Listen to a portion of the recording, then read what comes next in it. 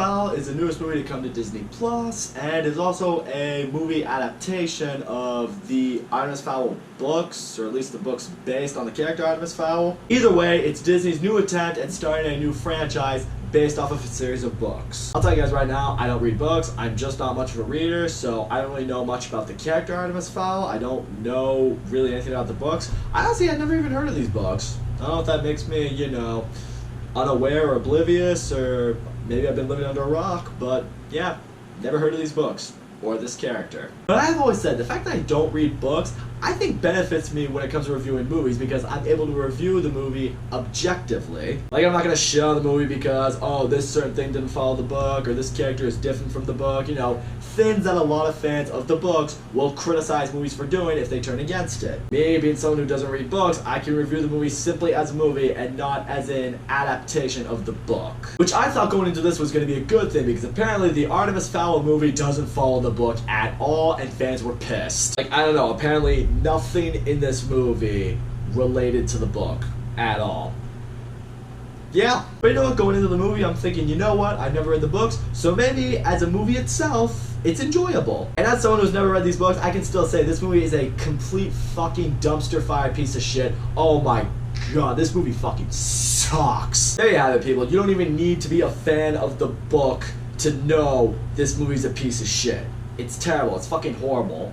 Like, do you remember in 2010 when they made The Last Airbender, which I consider the worst movie of all time? I literally said, you don't have to be a fan of The Last Airbender show to recognize that The Last Airbender is a fucking horrible movie. That's Artemis Fowl. It's The Last Airbender of this decade. Oh my god. How do we get here? Is this what it has come to?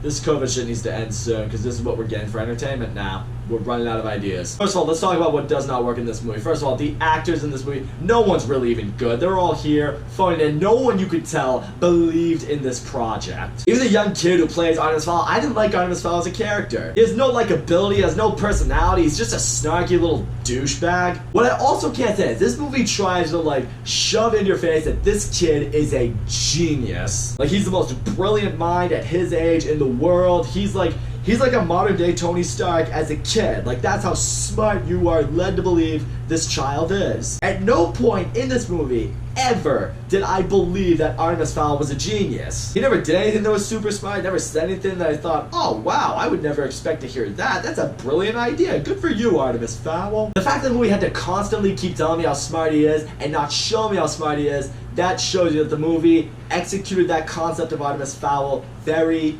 badly. And really, I'll just say this right now, there's not a single character in this movie that is memorable. You have Colin Farrell in this movie playing Artemis Fowl's dad. I love Colin Farrell as an actor. In this movie though, he really doesn't do much. He's in a couple scenes, then he gets abducted. He probably wanted that. Colin Farrell probably read the script, probably saw what his character was going to be like. He's like, yeah, I want to be in as little amount of this as possible, so, oh cool, I'm getting kidnapped? Perfect. And then you have Judi Dench, who plays like the leader, or like the president, if you want to say it, of this fairy world that's hidden away. That's kind of what this whole movie's revolving around. And her character, she was stupid. She's very condescending, very stoic personality. She talks like she has throat cancer too. I don't know what the point of that voice was. Like, you were M in James Bond. I know what you sound like. You sound normal. What up with the voice? I know, because it's a Disney Kids movie and she needed to make herself sound like a cartoon. Well, hey, you succeeded there. And you wanna know who else is a character in this movie? Josh Gad playing this oversized, I don't know, dwarf? I feel like his whole story, like, he doesn't fit in because he's not small with the dwarf, so he's on this mission with Artemis Fowl to rescue his dad, and oh my god, I didn't like his character. He was annoying. That's just it. You have all these characters, you have all these solid actors. It makes it feel like the movie could have potential. It wastes all of it. Like, Artemis Fowl has this butler that works for him who's supposed to be like this absolute badass, like doesn't like to be referred to as a butler. If you do, he'll fucking break you in half because he's that strong, he's that badass. He does nothing in this movie. He is there for the sake of being there. And even the plot of this movie is enough to at least get you interested. Like, Artemis Fowl gets abducted by this evil magic creature. Artemis Fowl now has to team up with the fairy world because this concerns both worlds. What's happening could threaten both of them. So they gotta go on this journey, find what it is that's gonna rescue Artemis Fowl's dad. You got magic and mythical creatures. It's like, oh, so they were trying to go for like a modern day Harry Potter or something like that. That should be fun, it should be exciting. This movie's none of that. First of all, this movie visually is horrible to look at. The scenes with the magic, the scenes of fighting, like all of it is just like, that's clearly on the green screen, that is clearly fake, nothing looked real. And the action itself is so fucking bad. It's so poorly shot. But you know what I always said? When you watch action scenes, sometimes the coolest part is when like a movie, or like the scene itself I should say, goes for like one long continuous take and it's just the characters fighting, or whatever you want to call it. That's impressive filmmaking. When you pull that off, that is art. I'm also not saying shaky cam's like the end all be all either. If you can, some directors out there can pull it off with shaky cam. This movie didn't even use shaky cam. It was just every minute in the action scene was a jump cut. Oh hey, there's a spell over there, and there's an arrow over there, and there's a person fighting over there, just all like one by one by one by one by one. Like, oh my god, I can't understand what the fuck's happening right now. It's like, you know the complaint that everyone had in Michael Bay's Transformers movies, like when action scenes happen, like too much was going on, you can't really tell what's going on? It's basically the same here,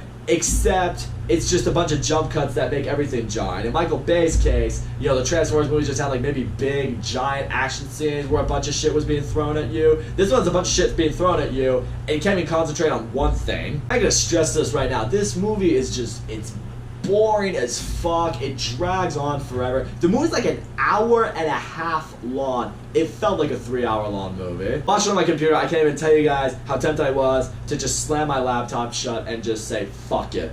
You know what? I'm trying to bring you guys entertainment. I gotta keep reviewing movies because I'm here for you guys.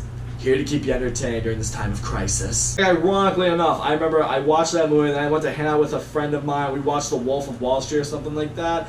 After Wolf of Wall Street's a 3-hour long movie. Watching Wolf of Wall Street, I'm just like, that felt shorter than Artemis Fowl, which is half that movie's length. Because that's the problem. The story's not interesting. The characters aren't interesting. The action's terrible. I'll tell you what else is terrible in this movie. The villain. What the fuck was the villain? I have no idea what this thing is. I have no idea. It's just like this little hooded figure that abducted Artemis Fowl's father. What is it? It talks with one of those really raspy, like, evil voices. You don't really know what this thing's motive is. You don't know what it looks like. I don't even know what the thing's goal was. Like, it kidnaps Artemis Fowl's father, and it just wants something in the fairy world. But for what? Like, what's your end game? What's your goal? Give me a reason to feel like the world is going to be in danger if you get what you want. I never felt like that. I know what Disney was probably like, we don't need to really build on the villain right here because it's going to get another movie some point later in the future, and that is when you're going to see more about this villain. That's when you're going to see it, with more movies coming on along the way. And yeah, the way the movie ends, it's completely setting up for a franchise, it's setting up for more movies, but I'm here to tell you right now, there's no way that's happening. In fact, I was reading a review online, I think one of the critics said, the fact that Disney decided to just ultimately release this movie onto Disney Plus and not do what a lot of studios have done, and what a lot of people are doing is just like, you know, keep pushing back the release date for certain movies. We are going to get these movies released in theaters so we can make more money off them and so fans can all go see them in a big crowd. We're going to keep pushing them off, keep pushing it off, you know, just wait. The fact that Disney decided, nah, you know, just go ahead, release it on Disney Plus, is them admitting, yeah, you know, we probably fucked up with this movie. Just get on Disney Plus, maybe a few people will watch it, and you know what? Few years down the line, maybe we'll try again. But all in all, Artemis Fowl, this movie was fucking terrible. The acting is mediocre, the characters are completely unmemorable. I'm not gonna remember anybody from this movie. I didn't give a shit about the magic or the fairy world. I didn't give a shit about any of the stuff that should have carried this movie. Visually, it's a mess. The action is no fun at all. It's boring as fuck. It drags at a snail's pace. In the end, this is without a doubt the worst movie I have seen so far this year. And I really hope nothing out there can top it. I mean, if we somehow get worse than this, oh man, 2020 cannot end soon enough. That's all I gotta say, guys. Thank you so much for watching my video. Don't forget to leave a comment, like, subscribe. I'll see you all next time.